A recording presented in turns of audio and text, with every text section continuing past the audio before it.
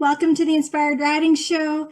If you're new to the group, my name is Beth Lauren Parrish. I'm with Inspired Riding, and I've started this interview series. And tonight, I'm so excited to introduce to you my dear friend and most amazing physical therapist, Alison Brock. And she's going to be here answering questions. So thank you for being here, Alison. Absolutely. Thank you for having me. You're welcome. So I'm going to get started with like an icebreaker question for you. Sure. Let's see. So, if I handed you $10 million right now, what would be the first thing you do? The first thing I would probably call my friend Kimmy and tell her that I'm finally ready to buy one of her horses. She is a breeder up in Kentucky, and I've been telling her for like 10 years that eventually I'm going to buy one of her foals, and it obviously hasn't happened yet. So that's call number one. What kind of horses does she breed?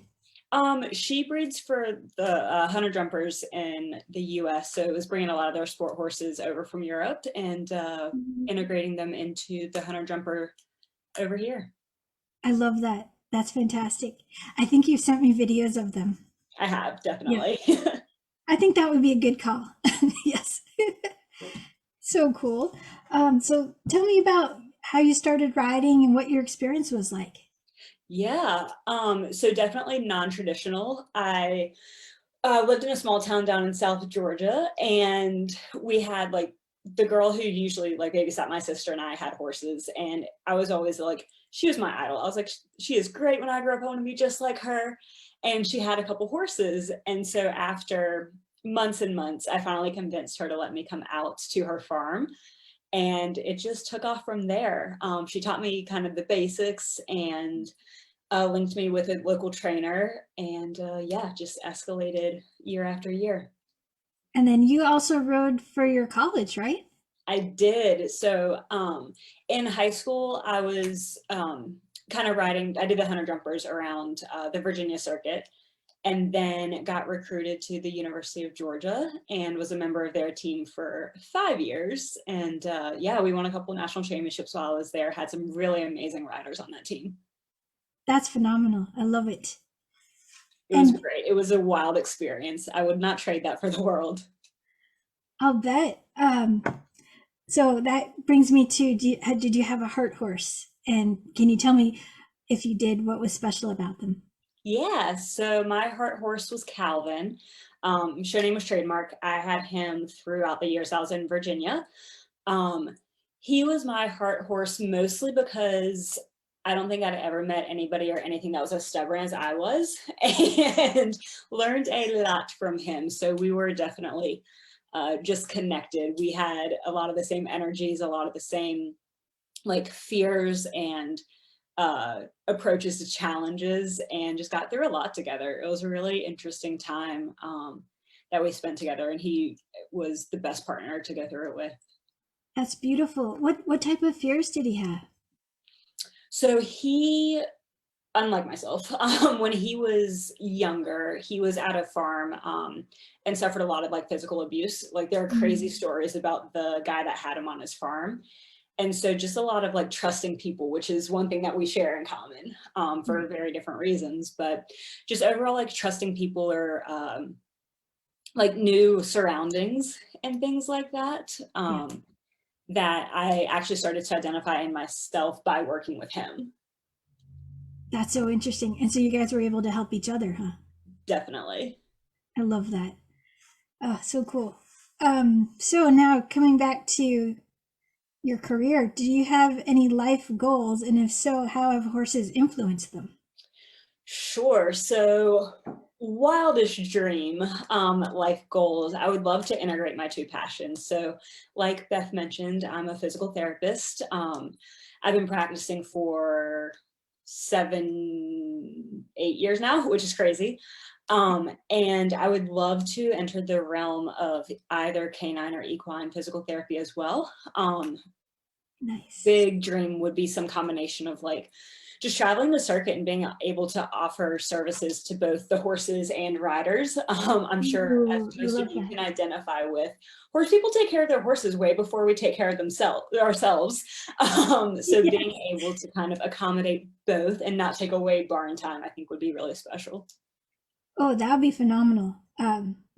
Yeah, I'll help you create that. That would be so cool. I would love that. Do it. Oh my goodness. So now coming back to the physical therapy side, I had my students in the Inspired Riding Connection program, they were allowed to ask specific questions of you. So of course, if anything doesn't feel quite right, you just tell us, but I'll read out the questions and then you can give your disclaimers. Love that. So Jana asked, any advice for lingering nerve pain after a pinched nerve injury, regaining stability in the area of the injury? In my case, it's lower back at L4, not sciatica. I'm strengthening my core, but wondering about stabilizing exercises. Excellent. Love that question. So disclaimer first, I can't give any specific like dosage or frequency of exercises to do without doing like a full examination, but I can kind of give some insight as to what might be going on after that type of an injury, especially with the level of detail that you provided. So thank you, Jana, for that. When we have herniated discs in our low back, a lot of times there can be impingement on the nerve roots, so where the specific nerve exits the spinal cord.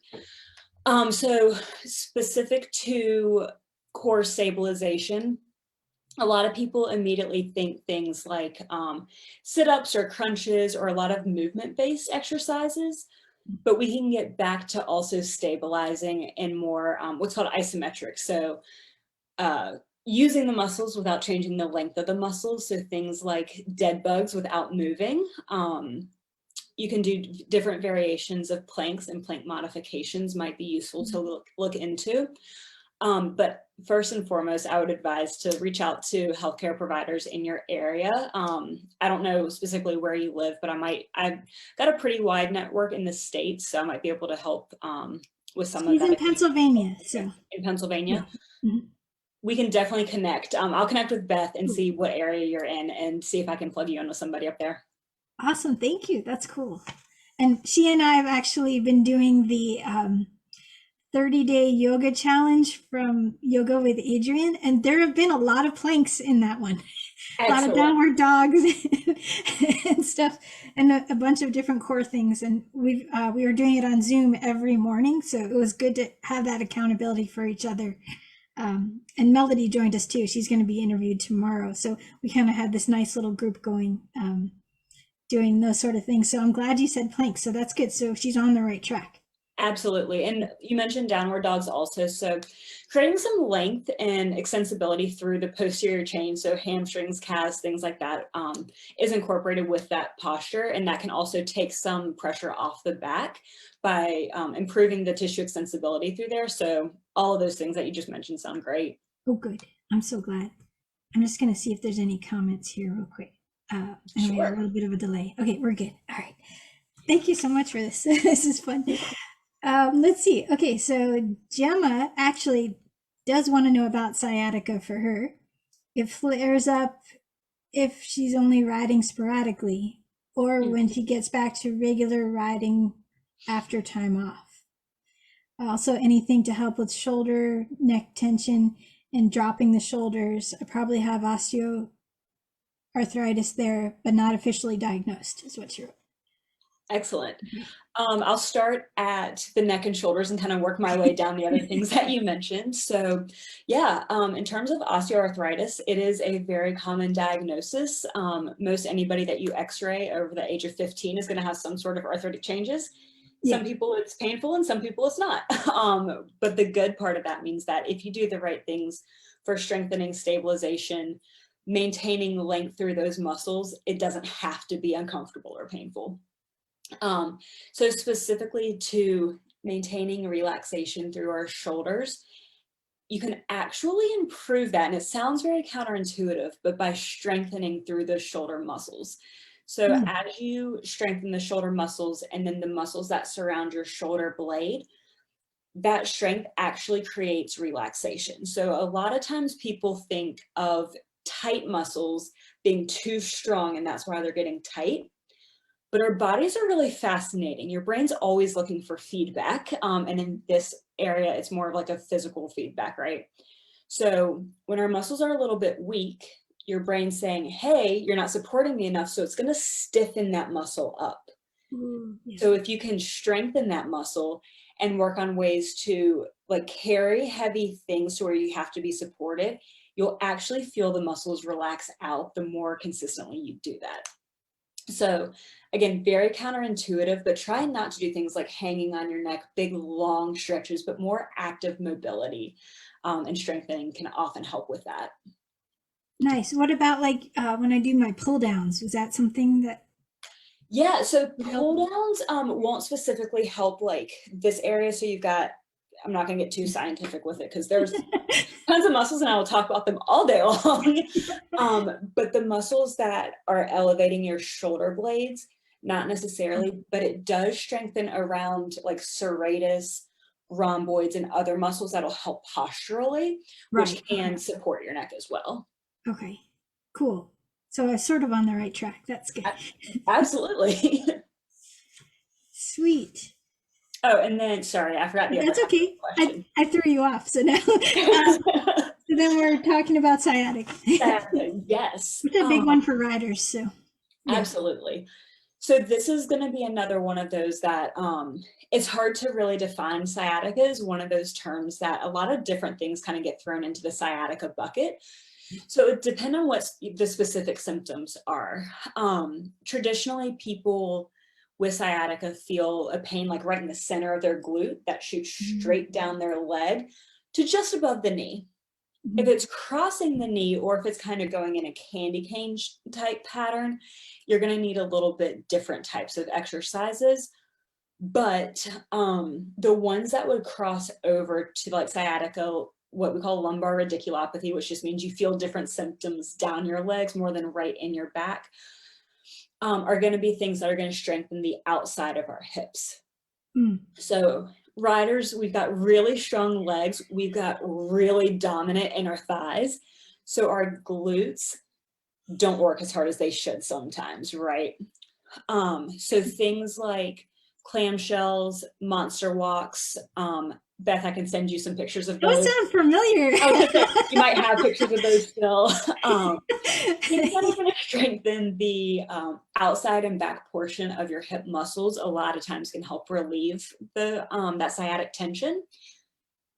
If not, I would really encourage you to get a full examination to see what the root cause of it is. That sounds like a plan. But yeah, you had me doing those for strengthening, and I need to get back to them because actually I had a massage on Saturday and she worked almost exclusively on the outside of my hips. There you go. She's like, you need help here, woman. I'm like, I know. I can bring you a blue band this weekend. Oh no, we have them. I just need to use them.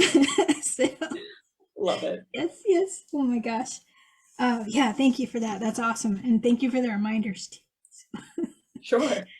Let's see. So Carrie wanted to know just preventative pre-ride routine recommendations. Oh yeah. Things that you can specifically do pre-ride.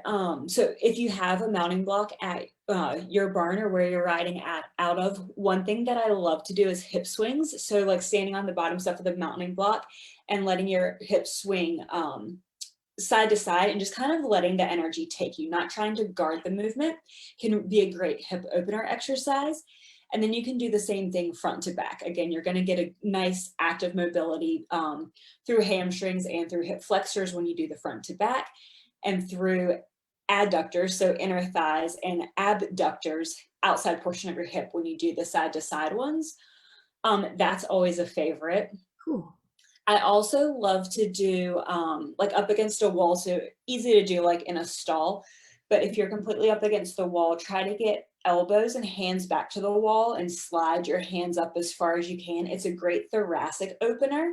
So it will help with some of that upright posture as well. On the horse, when you're walking around with your warm-up, trying to do toe touches to the opposite side. So across the saddle, if you're not in a Western saddle, that would not be comfortable for you guys. But trying to reach down to your opposite toes is also a great exercise to do. Oh, I love those. I want to start doing those. Although Pepper might think that the toe thing might be a treat for him. I was gonna say he might turn his little head around and try to grab something. Every time I do some kind of like standing in my stirrups or moving my arms, he's like, Cookie. Yeah, no, Exactly. He's very focused. He knows what he wants. he does. I love that about him. He's very clear. Yes. Yes. And if you guys didn't know, Allison has actually come to our place and she's ridden Indy with us. And I'm just so appreciative that Indy has someone that he really appreciates as well and loves. And because she's so hyper aware of what his body needs, because, you know, he's an older dude and he's been through a lot and his body isn't perfect, you know, whose is, but you know, it's so nice to have her ride with us and go as slow as he needs to. Have you found that your work in physical therapy has helped you more working with horses and riding in general? Yeah. I would say pre-physical therapy, a lot of times I could, you feel the imbalance of the horses when they're just more comfortable, more confident to one direction versus the other, more comfortable in one gait versus the other. And you pick up on that, but you don't really know what it means. But as I've studied physical therapy, and because I'm a nerd, just researching all the different muscles of horses, just because it interests me, right? Seeing all the crossovers and how it can apply some of the same interventions or strategies I would use with my patients and how that can apply or how I could incorporate that into work with horses has been really interesting. Obviously built completely different, right? But there's a lot of muscles that cross over, and as long as you kind of know where those bony attachments are supposed to be, there's a lot that you can influence while riding. Totally. And I think that's another reason why he appreciates you. Besides you're willing to go slow with him, he understands that you're trying to help him and move in the most mechanically sound way possible. So Absolutely. He's been a really fun project. he's so fun. And He's my patient zero for my equine career. and he knows how to make you laugh. I actually shared a photo of his tongue all the way out with you laughing with him to introduce you because I just thought that was appropriate. So, We have our moments. We're kind of like another set of kindred spirits. totally are. Yeah. Yeah. And he looks for you because it's funny when I tell him the days that you're coming, he's like kind of like waiting. He comes into the middle of the arena and waits like she's here coming, right? Yeah. She's ready. She's ready. I love that. He's such a sweet boy. He's really wonderful. Yeah. I can't wait for it to warm up so we can ride together more. Yeah. Be good. So let's see. Let me go back to my questions real quick here. Can you describe one of your best riding lessons? Ooh, one of my best riding lessons. So, like I described, Calvin was a bit of a nut and very stubborn. So I joke that like he knows when the check was signed when we bought him, because the week of trial, he was like perfect little gentleman. And like the day that he was officially mine, he drug me down the barn aisle and No. just like he was a brat. I loved him. So I would say like my best riding lesson was one, and that carried over into lessons where like he would be great for like the first 30 minutes and then just like pull something stupid, right? Just to be like, I'm still running this ship. So I think my first or like my favorite riding lesson was we had decided to move up from one division into the children. So we were going to start doing the 3-foot together. And it just felt like that was his wheelhouse. It was like, that was what he was trying to get us to do. But because he was such a brat, like we didn't trust him yet to get there. Okay. And once we raised those jumps, once we let him show off a little bit, he was just fantastic. Could not have been more than a dream. So it was this weird, like, sometimes you just have to try before you think you're ready or before they think they're ready, and then go for it. And a lot of times it's just magical. That's amazing. That's sort of what we were talking about before we started is you have to kind of like tiptoe or even take one stride at a time into your area that you're not comfortable so that way you can expand your comfort zone. Exactly. And that's pretty much what Allison had me do every time I visited her. So if you guys don't know the extension of my injuries, I had torn my ACL and MCL on my left knee and had a screw put in there. And so that's when I met her. I had only been doing like a month of physical therapy and I was still gimping along. And she was getting me to the point where I was like having this hope of, ooh, I might be riding soon. Like I was just getting there, I was getting there. And then fate would have it, I was in my head and not in my heart, and I slipped on a dog bone. And I broke my femur on the same leg as my knee. I remember that the first phone call was to Allison. I'm like, I think I screwed up. Yeah. I was like in total shock. I think the first thing I told my husband was, I think you got to put me down like a horse. Like I was just like, Yeah. it was really bad. But to my credit, he was outside getting the car ready because we were about to run errands, and I was like hanging over the couch. I had pulled myself up. If anyone knows the extent of the pain that you're in from a femur break, it's kind of crazy. So, yeah, and then getting into the ambulance was a whole other story. But in any case, my first session with Allison that I was allowed to go to after surgery, she was so gentle with me and so reassuring because I was in a bad place. I was like, I can't believe I have to rehab all over again, and I had All to get over a again. walker. It wasn't even a cane or crutches anymore, it was a walker. I was like, oh man, I am like sidelined forever, it felt like. Yeah, and you just gave me such hope, and I never thought I was going to be able to run, and you kept telling me I would, and I finally did. Now you see me running with Pepper in the arena. Like in the arena, but Such a fun progression to watch, because I think, did we get you on Bentley in between those incidents, or were we like talking about it we and were then talking about it, and getting on Bentley was almost 14 months after I came off Indy. that's Um, right. yeah, Yeah. and Allison was sneaky. She and Charlie, my husband, kind of like went behind my back and figured out a way to like sneak me on there. Do you want to describe what you did? Because I don't know the full details. I'll tell you all my secrets. Yes. Yeah, so we had just been talking, Charlie and I, and he was like, I feel like she might be ready, but I feel like there's some fear. And I was like, let's do this. Because I was, at that time, I was going out and helping Beth keep the boys in shape. So I was had the honor of riding Bentley a little bit.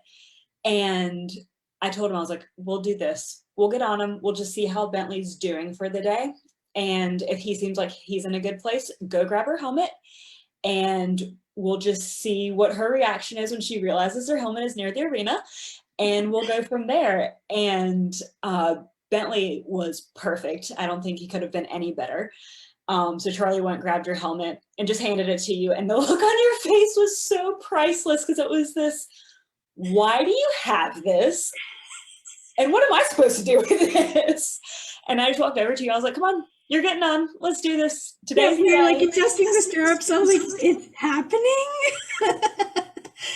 And then I think I got on, and then I probably just had one stirrup, and then I think I walked like maybe a 3/4 of a lap, and I was like tearing, and I'm like, I can't believe I'm on my horse again. And mind you, if you guys didn't know, Bentley was my 16 3-hand Oldenburg Thoroughbred cross, big gentle giant, and we ended up putting the mounting block up to the bed of the truck so then I could get on easier when I was practicing and rehabbing. He's since passed on, but he was such a caretaker and such a sweetheart. Really, really treated you like gold as soon as you sat on his back. A little ornery on the ground, but once you're on his back, he was like, I know my job. He wasn't ornery. Particular, yeah, that's a better word. That's a better word. He was definitely showing you his opinions, which is what I love. I love when horses are clear and you know exactly what they mean, and it's just such a beautiful thing. But yeah, I was so grateful to have you there and to, get your support for that first ride, especially because it was scary. Because I was like, oh gosh, what if I hurt myself again? I can't handle that. But yeah, I've only come off once again since that time, and it was one of the silliest things. I was riding Pepper in a bareback pad, and we forgot to turn off the electric fence. And Pepper's very curious, and he likes to just randomly touch the fence. And this time it was on, and he spooked, and then there was no more pony. But I sat there laughing, like, wow, that was really easy. It was so close to the ground. And when I started to shake a little, like I could have really hurt myself, and I was okay. I actually got a little swollen for a couple of days, but then a few days later, I was back to riding, and I was like, phew, got that out of the way. So it was good. And isn't it so interesting, like how your body responds to that? Because the last time you came off was super traumatic, right? Yeah. And so subsequent fall, completely different situation, but your brain still goes to that. Last time this happened, this was the result. So how do I respond? And you get that rush of adrenaline and protection, the Yes. swelling. Even if there's not an injury there, your brain's going to pretend like there is just in case That is because such of a good something that point. happened years ago. I didn't actually realize that. I'm glad you explained it that way. Yeah, and that makes so much sense because I'm also studying more things about the mind in my rapid transformational therapy program. And, your mind will literally create the things that happen in your body. So Mhm. if you can help change the thoughts, you'll be able to help change the reactions. So, yeah. If you want to watch a really cool TED Talk, Larimer Mosley, he's a neuropsychologist, and he has a really great way of explaining that phenomenon. Oh, cool. He kind of talks through a, an event that he had walking on a trail that he's done tons of times, and the difference between a snake bite, and then a subsequent stick, and just how his body responded to that, and like the science behind it. Oh, I got chills Really thinking about it. good, man. Yeah. It's a really good talk. Oh, cool. I might ask you for the link and then I'll share it later. Yeah, That's absolutely. cool. All right, let's see. Is there anything else you wanted to share that I didn't ask you? Ooh, I don't think so. I can't think of anything off the top of my head. Okay. What's the best piece of advice you were ever given about horses?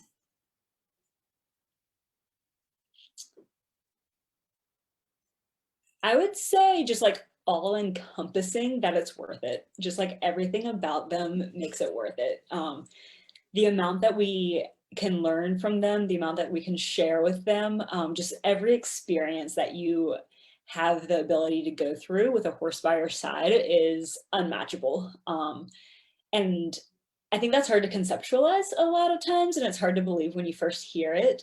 But if you're fortunate enough to continue to have those experiences or to start having those experiences for the first time, it almost instantly makes sense. And I think that that's really special.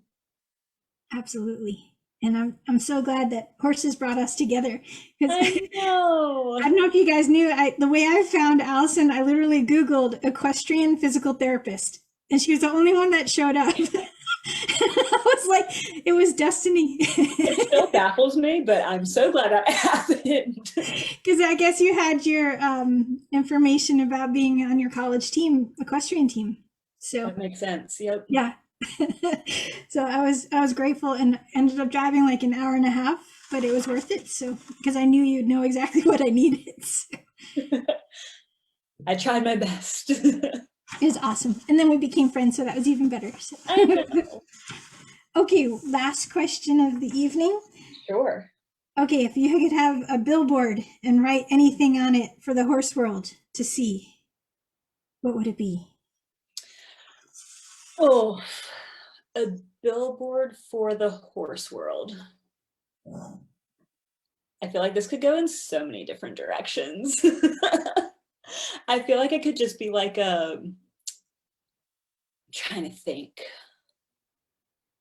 It could almost be like a PSA that's just like about their intelligence and kindness and like lessons we could learn from it or from the horses. I feel like it could be take care of you as well as you take care of your horse. Your body matters Mm, too.